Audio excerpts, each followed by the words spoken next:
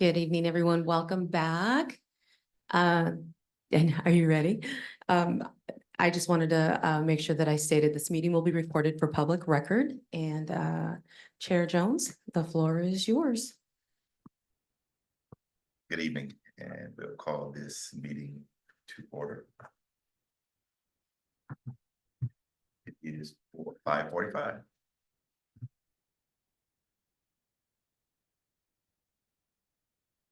And then roll call. Okay, so for roll call, Chair Jones, Here. Vice Chair Thomas, Here. Commissioner Amarante, Here. Commissioner Velasquez, Here. Commissioner Foliaki, Here. and Commissioner Katz. Here. Okay, Chair Jones, we do have a quorum established. Thank you so much. At this time, we'll review our agenda. If there's any items that arose after the 72 hours posting deadline, this is the point in the meeting where a vote may be taken to add the item to the agenda. A 2/3 majority vote is required. Has everyone had the opportunity to review the agenda that was posted for today's meeting?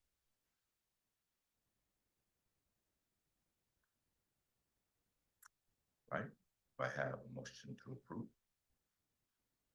Chair Jones, Yes, I'm actually, sorry. if I can intercede, Commissioner Velasquez, now would be the time if you wanted to add that item that you sent an email to me about earlier today.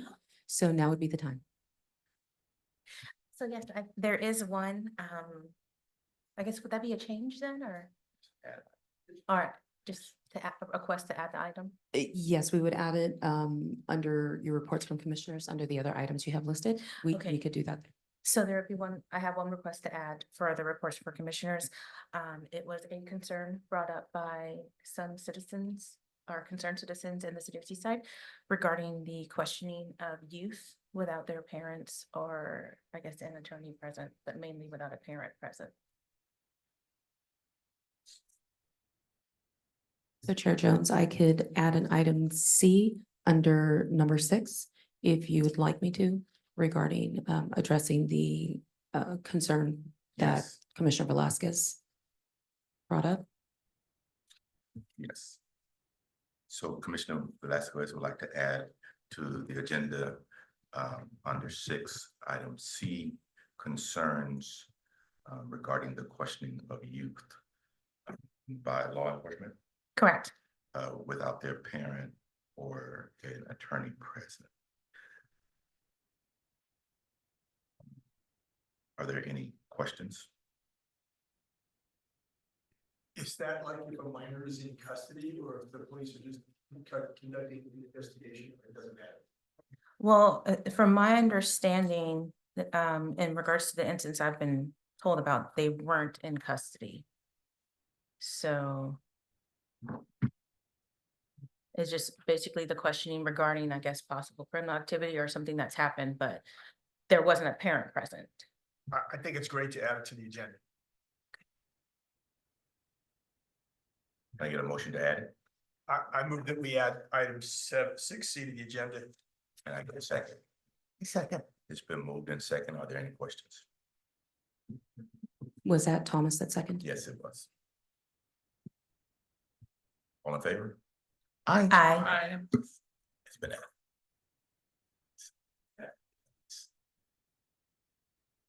All right. Now we open the floor for public comment. Members of the public wishing to address the commission on matters within the jurisdiction of the city of Seaside, but not on this agenda, may do so during the public comment period for up to 3 minutes. Comments on specific agenda items are heard under that item. For the public records, please state your name. And let me just read this portion, if you will, in accordance with city remote meeting participation policy for public comment. The city of Seaside reserves the right to refuse, limit, and or revoke use of video conferencing technology and the option of virtual public participation. Granting use of the virtual participation in no ways constitute an endorsement of any person or group to display hateful conduct, including sending or posting hateful images, making violent threats, or targeting others with hateful or abusive speech. The city may review any participant that violates its agreement and the applicable policy with proper notice as outlined in the conditions of use / meeting access. At this time, public comment is open.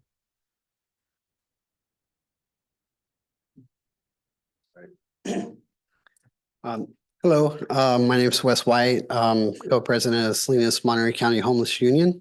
And just coming here today, we've been pushing for better treatment. You know, there was a Johnson versus Grants Pass Supreme Court case that came out and, you know, which allows jurisdictions, it says it may, but it doesn't mean it has to.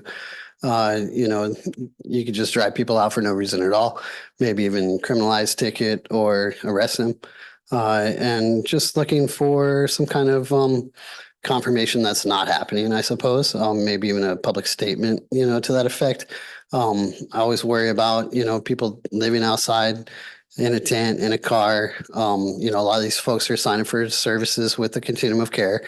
And one way or another, I mean, they have nowhere else to go. And for like law enforcement to just come up and say, well, you can't be here. That's not providing a service. That's terrorism domestically. And it shouldn't happen, you know, especially with you know, a community that definitely has a lot of heart and soul in Seaside. And that's what I really love about it. And I just want to see that above board as well as in practice on a daily basis. Because I do know people that have been in spots and then like I can't find them again. And so where are they? And the same thing with service providers, they have the same issue. You know, for medical services for billing purposes, people have to have a residential address, not a postal or general delivery or anything like that.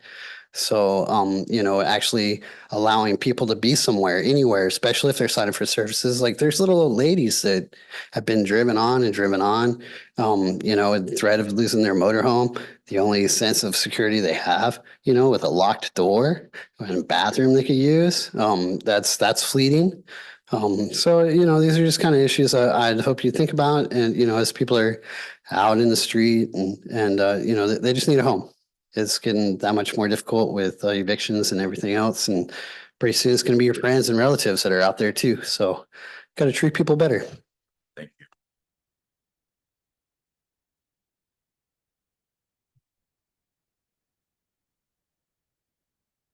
Have anybody on Zoom or online, public comment? No, Chair Jones, we don't have any attendees in the room. We'll let public comment remain open for just a few more minutes and then we'll close public comments. All right, well, public comments are now closed. Next item on our agenda is the approval of our minutes. Approval of the minutes from the April 17, 2024 meeting. Minutes were sent to each of us on the email system as well as I believe there was a copy present. Anyone have any questions or concerns concerning the minutes? And I get a motion to approve the minutes. I move to approve. It's been moved to approve the minutes. Do I have a second? Second. It's been moved in second. Are there any questions? No questions, no public comment. Can all in favor of approving the minutes of April 17, 2024? Aye. It is unanimously passed that the minutes for April 17, 2024 has been approved. Thank you. This time we'll go right into our report from our commissioners. Fireworks citation mailed to residents. Is that one of the things that one of our commissioners are covering? Commissioner. So this is actually in reference to an article that I saw regarding most of Northern California and what they are doing regarding their fireworks situation. And so what I found for Woodland, Sacramento, and I want to say Fulton but I think that's Southern California. So I know it's a city that started with an F, but I'm not remembering correctly.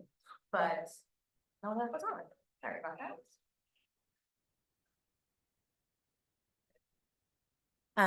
But what they did this fireworks season is they actually sent officers out undercover in unmarked cars, plain clothes, and basically issued citations that way in regards to the illegal fireworks versus the safe and sane.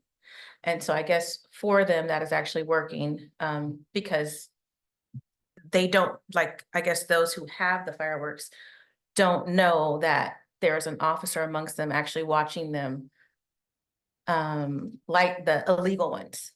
And so then that person gets a citation in the mail, or well, supposedly a lot of the citations will be arriving like in these coming weeks or whatever, to where it's like, yeah, no, we saw you. And so I had sent it over for Chief Borges to see if, is this something that Seaside has ever thought about doing, or is that Seaside is doing. And then one of the things that also stood out in the article was for Woodland Police Department, they actually cited one of the largest, I guess, fireworks citations in the state of California, which was $120,000 for illegal fireworks. And I don't know if they had caught someone setting them off over and over again, but supposedly it's one of the largest citations in the state of California. So I sent the article just to find out if it is something that we ended up, based on the ballot, but we ended up voting to keep them, if that is something that maybe that can kind of curb the illegal fireworks. I know that the city of Seaside did have an extensive firework, what do you call that? Action plan. That's a good question. That's a good thing. And so we wanted to hear from our police liaison. Commander Mendoza.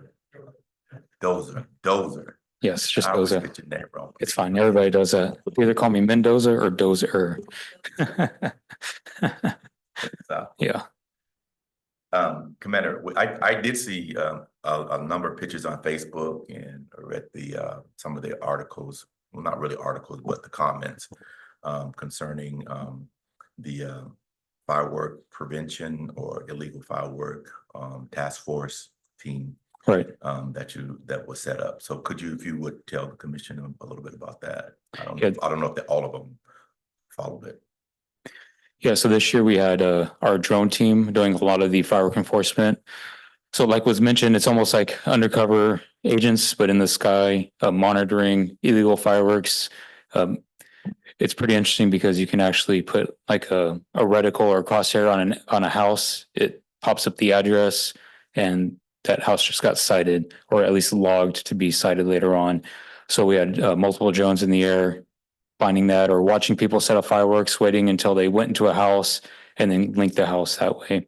We also had undercover cars out there driving around. We had 2 undercover cars, unmarked cars. We just rented cars driving around, so they could just drive around neighborhoods and say, yep, there they go, setting off fireworks. And they just walked in that house, wrote down the address, and send them citations in the mail later on. So we had that going on as well.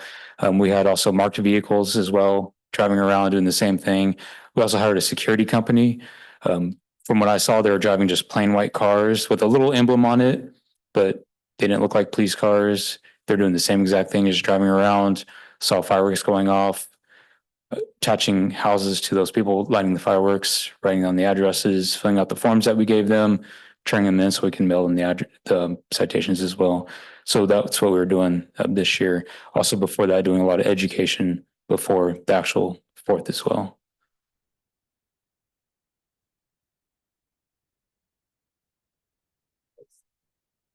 Yes. No, I just, like I said, I saw the article, so I wanted to share it to find out if these were things that we were doing. So it sounds like we're doing the same thing. Absolutely. Yeah. The only difference is we've done it before, had officers in plain clothes. We didn't have them in plain clothes in the unmarked cars. We've done that in the past for sure. One thing in my position I'm worried about is officers chasing people, because you don't know if they're officers. In years past, we've had a lot of foot pursuits of people in plain clothes. I've been a detective twice in my career, and people honestly don't know you're an officer, and it gets a little hairy sometimes because, hey, I'm saying I'm an officer, but you're running from me, and it gets very confusing sometimes. And when you get to the point where you have to catch somebody and use force, it gets a little complicated sometimes. So that's at least my position. I get a little worried about having people in plain clothes in such an environment like that. That's why we had them in uniforms instead of plain clothes. But it is a good idea. We've done it before. It is an awesome idea. It's just when that happens, it's just, again, just look at it in my perspective when you think about plain clothes. That's all. Well, I know in regards to that article, they weren't doing any chasing or anything. It was just No, we've no. seen it and Correct. Yes. we're gonna send a Yes. citation. They didn't. Yes. Right. They didn't act in the moment. No, right. Exactly. In years past, it was the same thing, but then things will happen in front of them, and that's all. Yeah. Yeah. All right. Anecdotally, officer, in my neighborhood, it seemed like it had been calmer than in past years. And I'm wondering if that had anything to do with, before 4th of July, there was a confiscation made of a lot of illegal fireworks. I thought I read that someplace and. I don't have it written down, but I think it was around 300 pounds that we've So confiscated. whatever, So yes, okay, you're right. And I noticed I was there on the 4th of July. I've noticed it got quite a little earlier than last year. I saw about 17 citations come across my desk yesterday. I think there's about 30 more behind that.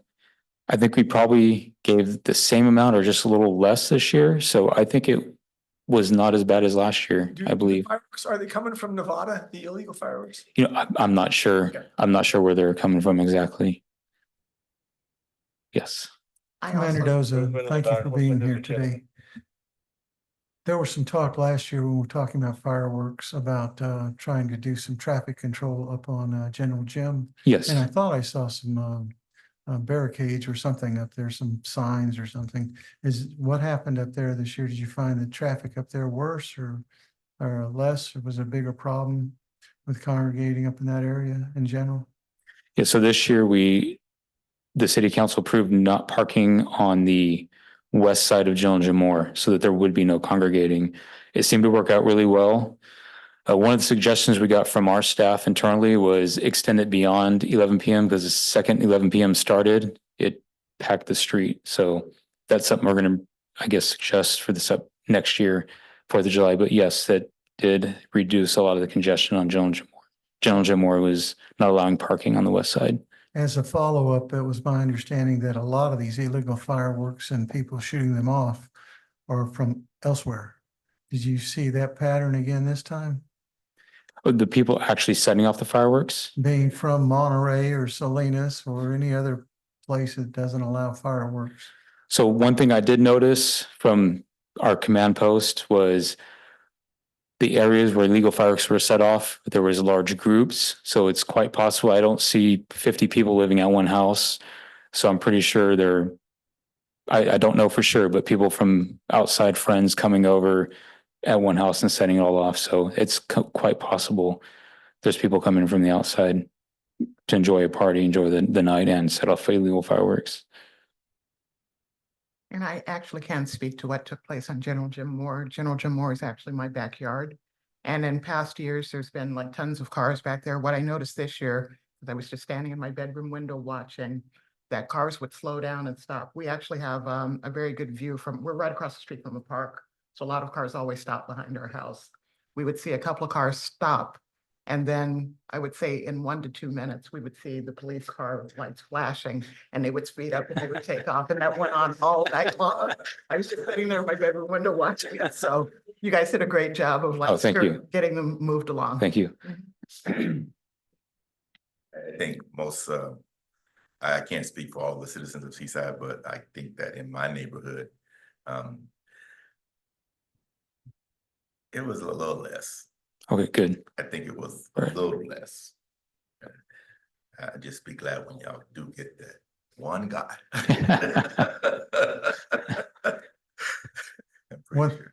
One thing I'd like to add is I did notice as I was walking around the following days, by the way, the city seemed to do a really great job of cleaning up the parks. But man, the parks looked like they were a congregating area for setting these things up. I live over in the Lincoln Cunningham area and I think it was pretty active. Yes, our drones were actually chasing some groups out of that park quite a few times that night. As I drove across the city on the following morning, the fifth, I thought I was up early. We're up early now, so the crews was already out at 5 o'clock in the morning cleaning up. So the city did an excellent job in cleaning the leftover stuff for the fireworks. Any more questions for Commander Dozer at this time? Don't go far. Thank you, All Commander. right, thank you.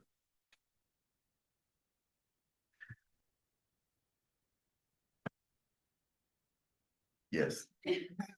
So B was also mine too. And actually, Mr. White, you actually did speak to this. So B comes out of, I think I've spoken about my son before. He's on the autism spectrum. And we have a Sunday ritual where we go, we get breakfast, and depending upon where we go, sometimes our breakfast will come with a free coffee. And my son has taken it upon himself that he wants to help people. And so he makes sure that every Sunday morning, within 30 minutes of getting the free coffee, that we give it away to someone. He's very adamant about that. And when he can't do that, he's very sad. And so we've been doing this now for probably the last 3 years. That's actually how we ended up meeting the gentleman by the name of Kenny that a lot of people are aware of that pushes the multiple carts down the street.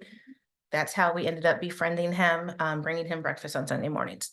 And so in the last month or so, we noticed it was harder to give away or find someone to give away the coffee. And so of course my son's feeling bad because he said, well, we always give away our coffee. We always, and if we have extra money, we always give money.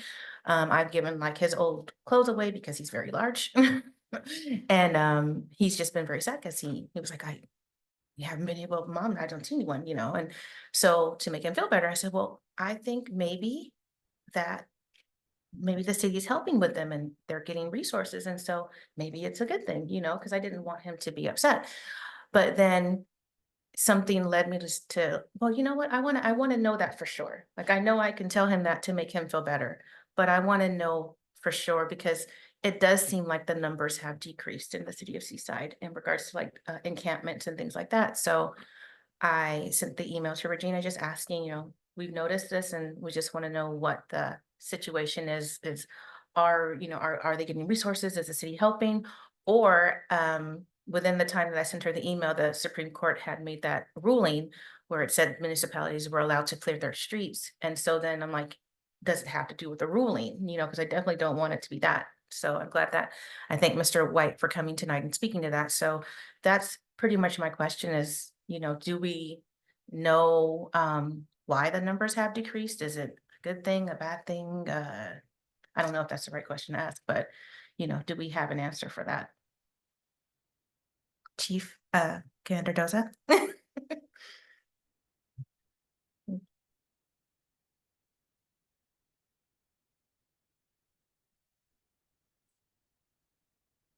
There's been no, if your question is there been any proactive enforcement? No, we respond to complaints is what we respond to. And ever since I've started here, I've been here coming up 22 years. We've always had a good rapport with all of our homeless people here on the street. And we've always told them, as long as you don't generate complaints, you're not gonna have a problem with us. And like even Kenny you're talking about, we know him very well and he knows if he keeps his area clean, we don't proactively enforce anything with him. And for example, he knows that. And it's the ones that generate complaints is the ones that we enforce because we have to, right? We get calls to it. So I don't know why. I've noticed that too, that there's been less. We do have a new organization that's getting more involved in Seaside called HERS.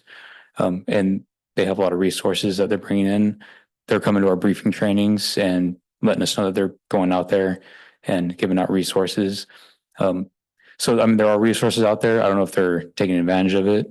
And in light of the new Supreme Court ruling, we're not going out there and proactively enforcing any homeless ordinances. Again, we respond to complaints. Some people complain, businesses and all that, we do respond to those complaints. Yes. Okay. And that, like I said, I just wanted to know because of the fact that we were noticing that it seemed like the number decreased. So we're just trying to see if hopefully that was something due to resources. being, or, you know, them maybe finding housing, that kind of thing. So that's why I wanted to ask that question because. Right. And I know the resources are out there. We have one, actually quite a couple that hang out in our lobby and we don't see them for a while. They come back and sometimes they're sober and we ask, hey, where have you been? And just because they found a resource. So that does happen a lot. Resources do find them or they decide to accept help and use those resources. So I'm not sure which ones you're talking about, but that does happen. Fortunately, that does happen for a lot of them and they actually decide to accept help. Yes. Thank you. Mhm.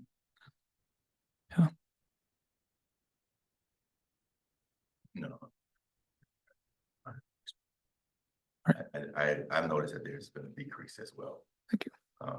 But I was wondering, I think the city has a commission on homelessness or on house commission. Don't they? Maybe we could invite the chairman or one of the members to our next meeting. So that I mean, if it's it's a safety issue. It's the community safety advisory committee is just information for us to know what they're doing so that if they need assistance or if we can tell somebody where to get the services that are needed, then maybe we can do that. If we could, you think we can invite one of them to our meetings and, you know, our staff liaison? Yes, however, let me double check with the city clerk to see if the invitation should be coming from you directly as the chair, or if I can submit that invitation to them. And I did go online here. I did bring up the page. So there is a homeless commission Yes. with the city. So yes, I'll do that. I'll send an email and I'll include you. Thank you so much. Yes. And I think that's, I mean, and if everybody's in agreement with that, that way we can understand what they're doing. Would we make any recommendations after we heard what they might have to say? Yeah, you have, yeah, I would say, I mean, we could offer our assistance. Well, because I heard the speaker and it occurred to me that, you know, would there be more housing available if the city could consider and be for the city council to institute like a vacancy tax where if you have housing space and you leave it vacant for so long, we're gonna make you pay a little something into, I don't know, just throwing it out there. It's a good question we can ask them. Sure. Did I see it? You sure you don't want to say? Thank you, Commissioner. Then you wanted to do oh, I'm sorry. You sure? I was just gonna make the comment that I did have an opportunity to work with Derek Elder, who is, as I understand, in charge of, they're associated with the rec department, but they've set up an office specifically to work with, and I'm sure anyone that's working on this, specifically to work with the homeless as far as resource. But I agree that having someone, because I'm sure they're chewing over this stuff too. Absolutely. And see where they're going so we don't interfere with to understand it would be great. We could all, it's open, just like these are, we can go sit in their meetings. So. Absolutely. So the homeless commission or the unhoused, they are now unhoused.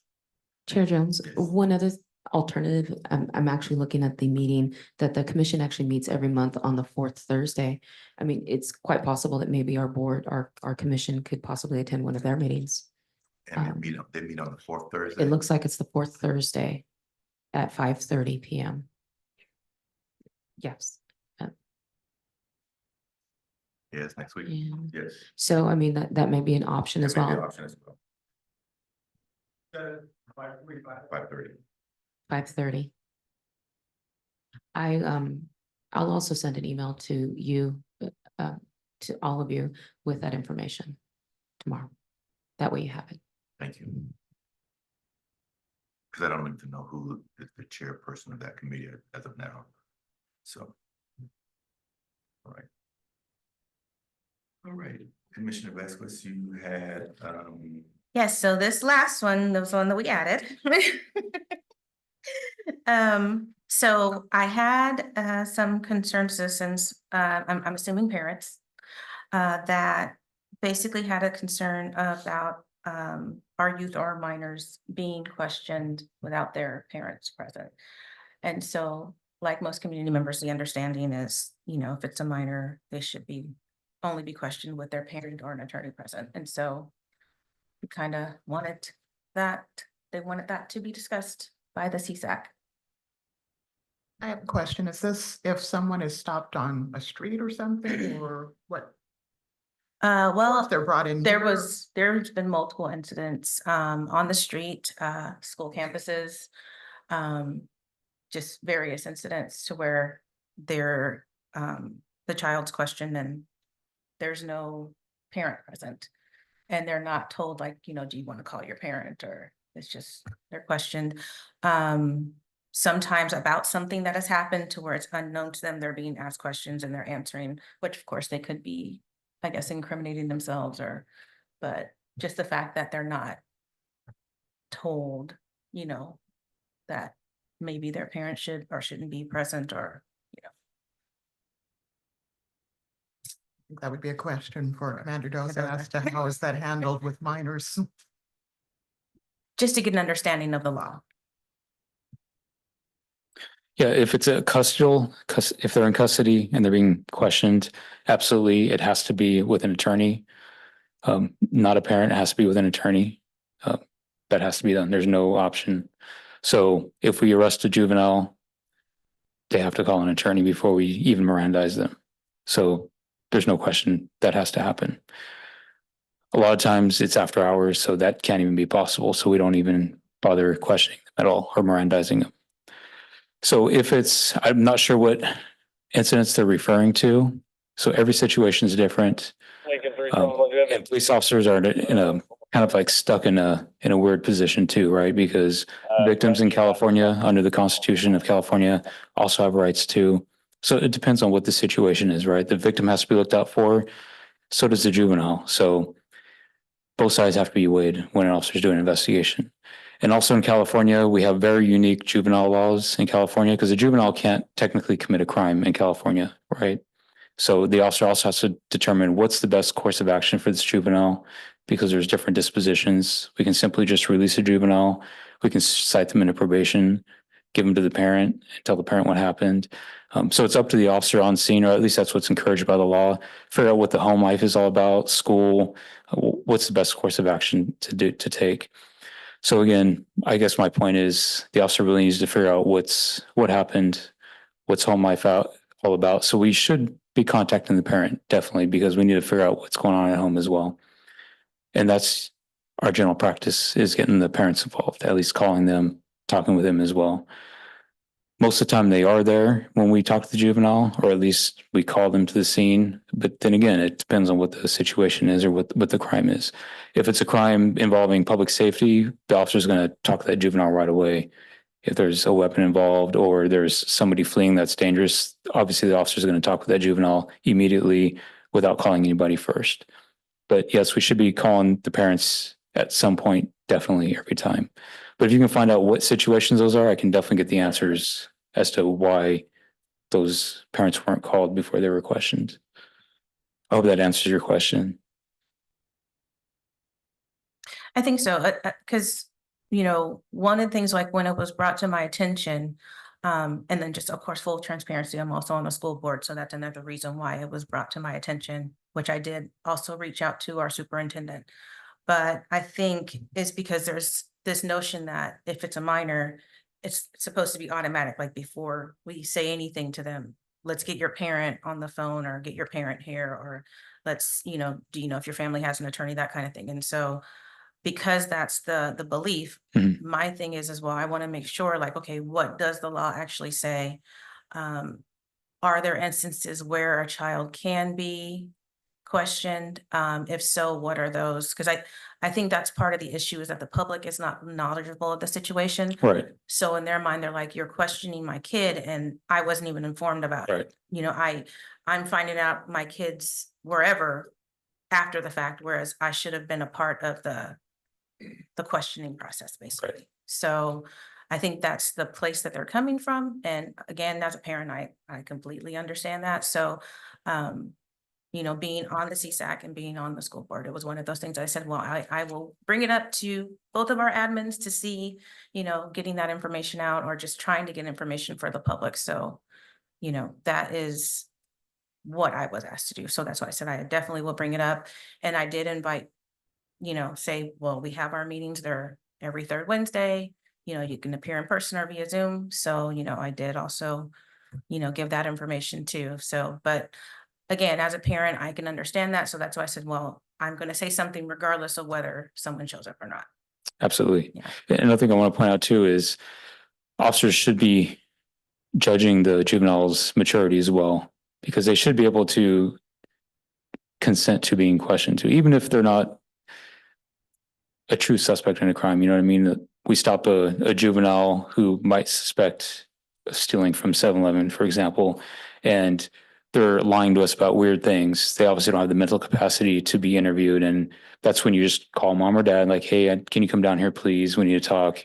And hey, he walked in, stole a Coke from 7-Eleven. Can you please handle it? So that's why juvenile law is structured the way it is in California, where the officer needs to, again, talk with the juvenile, talk with the parents, and again, make that assessment of the juvenile. How mature are they? Right? How far are we going to go with this? But if it's a mature juvenile and, you know, they know how to talk to you and it seems like they can tell the truth, and, you know, they can be questioned, right? But again, the parent does need to be involved at some point. Absolutely. And I think it is school policy or district policy, and I could be wrong, at least it used to be, where if we show up on campus and talk to a juvenile, parents are being called automatically by the school. I believe that is the way it is. At least it used to be that way. So we are aware that juvenile's parents are being called if we come onto campus and are going to be speaking with a juvenile. That's actually something I am trying to find out, because it was my understanding that in regards to the district that a parent should be called. So I am trying to find that information out. Like I said, I did let our superintendent know, but, you know, being that they said, well, it's not just on the school side, it's just in general, you know, them walking down the street. And I'm like, okay, well, then that's Right. different. So, Right. so then it needs to come to CSAC then too, you know, Right. not just, so that's why I brought it up. And again, if it's custodial, absolutely, an attorney needs to be called. So if we put a kid in handcuffs, put him in our car, we can't even Mirandize him until, here, you need to call the public defender, your family attorney. That needs to happen. Absolutely. Okay. Right. And again, unless it's a public safety concern, you know, somebody saw him with a gun and pointing it at people, then we can ask public safety things like, where'd you throw the gun at? Did you throw it in a yard, or things like that, right? Well, that initiates the conversation. So, yeah. I know we could throw a million scenarios at you, Commander. I enjoy juvenile law, so throw it at me. Yeah. But I think to generally, what I've seen, what I've heard so far is you might write someone a citation for firecrackers or something Right. as a juvenile, and then contact their parents. Right. And then right there on the scene, decide to say, okay, we're gonna let this go away as long as you go to Seaside Youth Resource Center and do certain things. Right. I'm not sure how all that happens. I presume the parents involved in all that. Correct. So I don't know if you follow what I'm saying is, I'm trying to say that the police department, from what I'm seeing, is doing a real great job of diverting what they can from going anywhere. Correct. And Yes. handle it. And so I've been surprised, and someone said, yeah, I got in trouble, but they let me just go down, talk to Ted Black and his program. And at the end of it, they made it go away or something like, I'm not sure. How does that work? Yeah. And again, we're lucky in this city because, like I said, California law allows an officer to simply just release a juvenile. And when I say that is, I mean, a kid can commit a burglary, an officer can catch him and say, get out of here, right? Call the mother, father, uncle, say, hey, come pick up your child. He just did this. Please take care of it. The other one is diversion. A lot of years we never had that here, so that was never an option for us. So a lot of times a parent would show up and we're like, oh man, this parent doesn't care. They're not going to do anything about this. This is going to continue on. So now the other option is cite them to juvenile court or take them to juvenile hall. So we're lucky to have that program here because now we can actually use diversion. It's another step, right? It's a little more extreme than just releasing the parent because now they have something to hold them accountable, right? Because like I said, Teddy Block will make them do some steps to earn their accountability, right? And if they don't do it, then they have to be cited into juvenile probation. So that's an option. So for example, I get called to a scene and a kid committed a battery on another kid, for example, and something needs to happen. The school says, nope, this is a straight A student. It's never happened with this kid before, but something needs to happen, right? And we've seen this progression with him, and he ditched school the other day. And other than that, something's going on. Talk with the parents, and like, yeah, something's going on with him. He might be smoking marijuana or drinking alcohol. I think diversion is appropriate. So now, instead of citing him into probation, cite him into diversion. He goes to Teddy Block's department and he does an assessment, figures out what's going on, has a plan, and as long as he successfully completes that, everything goes away. There's no record, right? Nothing was criminal to start with, but it never has to go to a juvenile court. I'm gonna have to say there's no risk of him being locked up or going to a probation officer, being put on probation, things like that. Yeah, so it's a great option that we actually have here in the city. Yeah, I just wanted to point that out.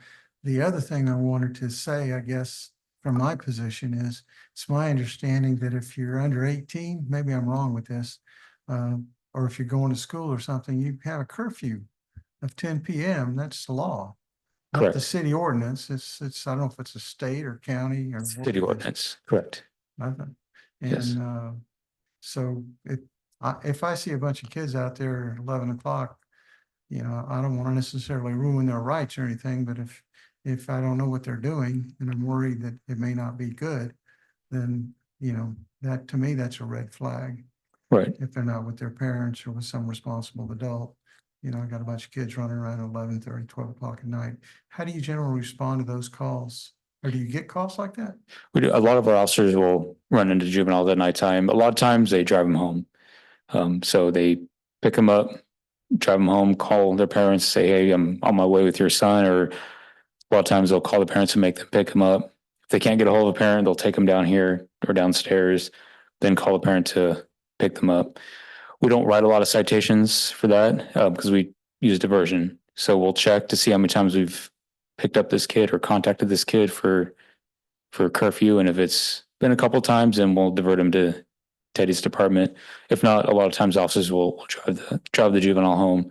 Because again, a lot of parents get upset when a police car drives their kid home, and that usually solves the problem. It really does. And we don't have that problem again with that child. So that usually solves the problem. Yeah. Yes. Now, is that every day in regards to the curfew? So it actually just changed. It used to be 10 p.m. on weekdays and then 11 p.m. on weekends. Now it's just 11 p.m. across the board. Okay. Yes. Yeah.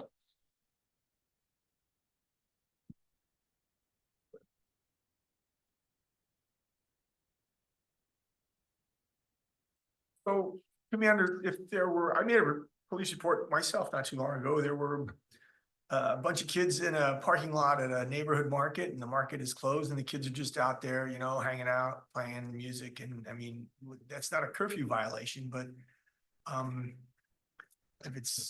if something happens, I mean, they shouldn't be just, you know, there are places for just young people to congregate, and parking lots are not healthy places for them to do that after dark. I don't think so. Would you just send them on their way?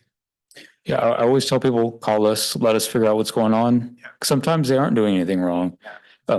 Sometimes there might be some recruiting going on. We do have some issues here, and we'll focus on that adult that is trying to recruit some juveniles because they may be on probation and whatnot. So I always like to tell people, let us figure out what's going on, because a lot of times they're not doing anything wrong. A lot of times we know everybody there, even the juveniles, and we have a great rapport with a lot of these kids. And a lot of times it's like, hey, how's it going? And then we don't know that adult. It's kind of weird. There's adults here, and sometimes there's some alcohol there, and adults can't furnish alcohol to juveniles, and we focus on the adults. So a lot of times I like to tell people, just let us figure out if there's something wrong going on. And if there's not, then we just simply say hi and how's it going? And we go on our way. Yeah.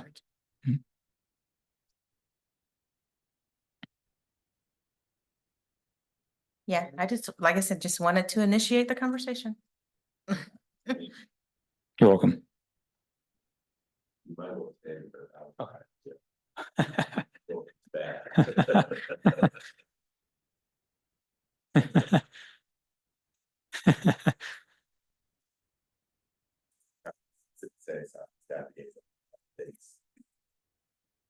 Then requested, for the commission to read the information about it, the vision of the commission. So, if you have any of these, problems you want to talk about, yes. The only update I have is we've had a very peaceful summer with school being out. We've had no issues, especially with juveniles, which is great, especially the incident that happened just before school going out. So everybody's behaving out there. So I just want to report that we've not been having any issues at all. So like the blue ribbon panel, all the pillars, they seem to be working, especially prevention and all that. So I just want to report that back to CSAC. That's great. Yes, exactly. Yep. That's great. What's August 6th? Oh, what is, You're stealing my thunder. oh, is that NNO? Yeah, NNO. Yeah, okay. Yeah. You do that a lot. Yeah, go ahead. Okay, so yes, All right. first Tuesday, it's the night before school starts. We do have a national night out every year. So it is scheduled to happen again this year between the hours of 4 and 7 p.m. So, feel free to come on out and, schmooze with all of the people and just, I believe we're going to be giving out hot dogs and the front lawn. Yeah, so. August 6th. Yeah, I believe it's the 6th. I gotta look at the calendar real quick, but yeah, I think it's the 6th. For July, August, yes, August 6th. Yeah. And just if you didn't know, I belong to a hula halau, which is a dance group, and I will be performing with my hula sisters that evening. So we will be there. Well, I'll have to talk to the barbecuer extraordinaire. Yes. Well, it's between the hours of 4 and 7. So I have a feeling our group is going to be going on at 6 p.m. So, yes. I just had a request in regards to the hot dogs. Can we have beef? I would like. Because some of us don't eat pork. No, That's- I gotta say, I would love to turn around and say yes. However, they're donated. So Okay. it's getting donated through, I believe our local, grocery outlet. They actually donate all the hot dogs. So, I can see if Beef or maybe. chicken, just because not everyone eats Right. pork. No, I know. And actually we have vegetarian people as well. So it's Okay, like, yeah. it's, but again, they're donated for the event. So I will put in a request, maybe. Because I hate telling him no, like, no, Yeah. baby, that's pork. No, But mom is a husband, no, it's pork. I understand. I can turn around and see what I could do, but then again, even that, there's no guaranteeing that they'll be set aside also, you know what I mean? Yeah, But I'll see what I can do. I can put in a request for that and maybe some veggie dogs or tofu dogs or something as well. You know what I mean? Mhm. For those vegetarians. But, and again, the other part of it, it gets cooked on the same grill. So, yeah. Yeah, I know. So I'll try. I Okay, can try. thank you. Let me write that down real quick so I don't forget.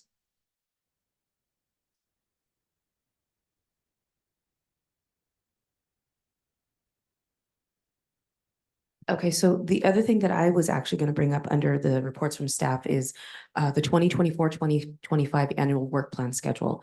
So I'm sure you all are aware that due to the fact that we've had some, I'm going to say, ebbs and flows with our city administration, they were not held, or we were not held to the actual deadlines for our submission of the work plan. So which I'm a little grateful for. But it doesn't necessarily mean that we don't need to have it done. So what I wanted to do is make sure that I brought it to the commission's attention.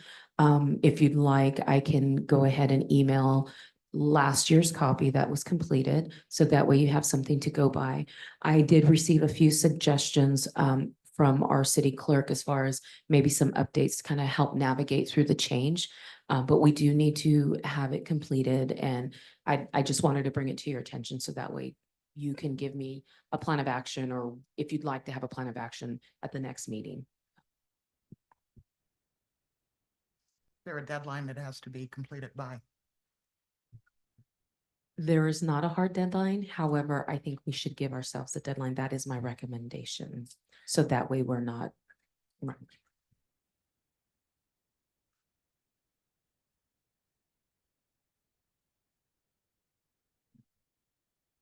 Yes, please. Could you send the commissioners a copy of last year's report? And then when we come back in the next month, August.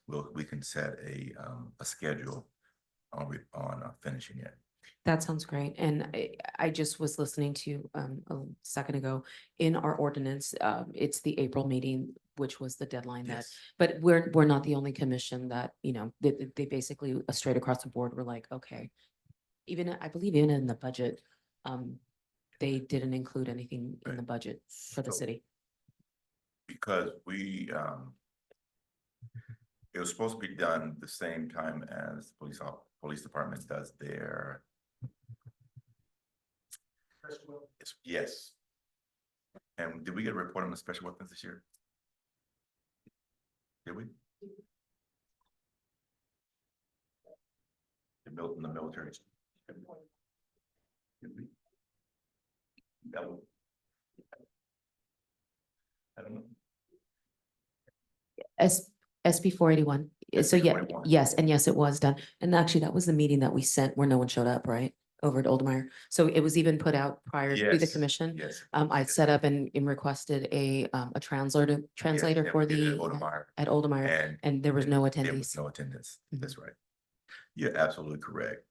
So. Great minds, think alike.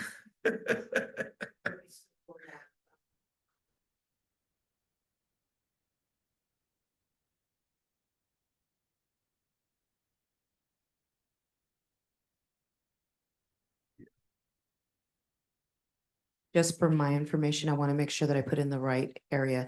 Do you want it under, I know it's not on here, but under business item? So that way you can vote and move forward with action? Yes. So I can add a business item to our Yes. agenda? Yes. Okay, So we can vote to move forward, and then we can, well, I know the year before. delegated we did- sections. Well, yeah, but we did kind of like a special group meeting, commission meeting to review it and then to delegate certain sections Okay. to the commissioners. So we want to put it on as an item so that we can Yeah. then be able to say, yeah, let's do a special work meeting. That sounds good. And then also, I guess if you guys come prepared to the next meeting with a few dates that maybe you'll want to set that special meeting within the next 2 weeks Absolutely. after that meeting, so Yes. we can decide at that meeting. Yes. Okay. So I don't know if Commissioner Katz was here when we did the last, I was absent. I wasn't here yet. I don't think. yeah, I don't think he was not on the commission as of yet. And so what it is that each commission has to do a, and what do you call it? A work plan? Yeah, annual work plan. And there are different areas in which we have to speak to as what is being done, what has been done, and what our projection is for the coming year. And so the chief was very instrumental in helping us do that the last time. So we're looking forward to doing that this time. So what we did was there's like 4 or 5 different areas. So we kind of divided them up, and each commissioner took an area. We kind of, created the verbiage for that we put in there. And we came back and then we came back together and, we talked about the verbiage that was in there and kind of spruced it up a little bit. And all decided, yes, this fits that. So. Okay. The document was basically finalized, that they were delegating sections, so that way it wasn't so overwhelming. The good thing is even though last year was our inaugural creation of the actual work plan, we actually have a working document to work from. So this year shouldn't be as Right. right, as detailed, it'll be a little easier to move forward because we're reporting on items that they've already put onto the Yes. work plan Yes. and then adjusting with any changes moving Yes. forward. So, Sounds good.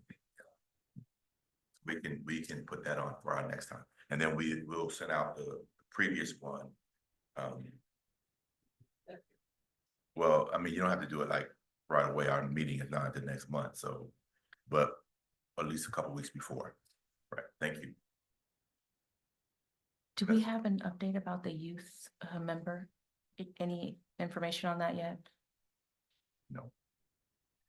no. And just an FYI, it's, what do they call it? What season is it? Election season. So our city clerk's office is probably not going to have that high on the priority until we get through the election season. That's just my guess. So, Sounds good. Are you, any more? Anything else to add? All right, then that concludes our agenda. So any of our, let me just ask our commissioners if they have a staff report or have closing remarks, and I will start to my far left with Commissioner Cass. Nothing to add. Nothing further. Nothing to add. I did have the opportunity to speak with the dispatcher from the Seaside Police Department about a dead cat on Kimball Avenue, and I just wanted to express my gratitude that there are people in the city who go and scrape dead animals up off the pavement because that's somebody's pet, and I'm sure they appreciate knowing what happened to their cat. Thank you.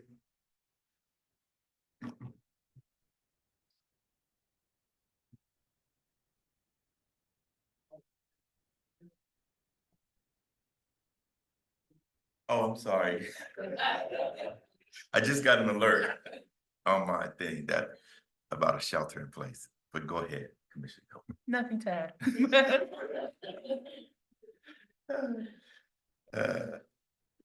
Chair Jones, our next meeting is scheduled for it is Wednesday, August 21st at August 5:45 PM. Yes, it is.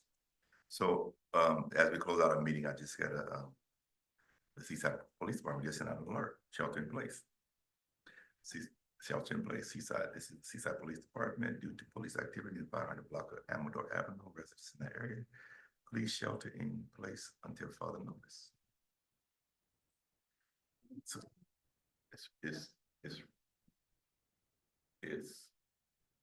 yeah, that way. Only like 2 streets over. 500 block. This is, I don't know what city hall is. What block is this? 400 block of Harcourt, 400. 400 Harcourt. So it's up that way, up 500, right? That way.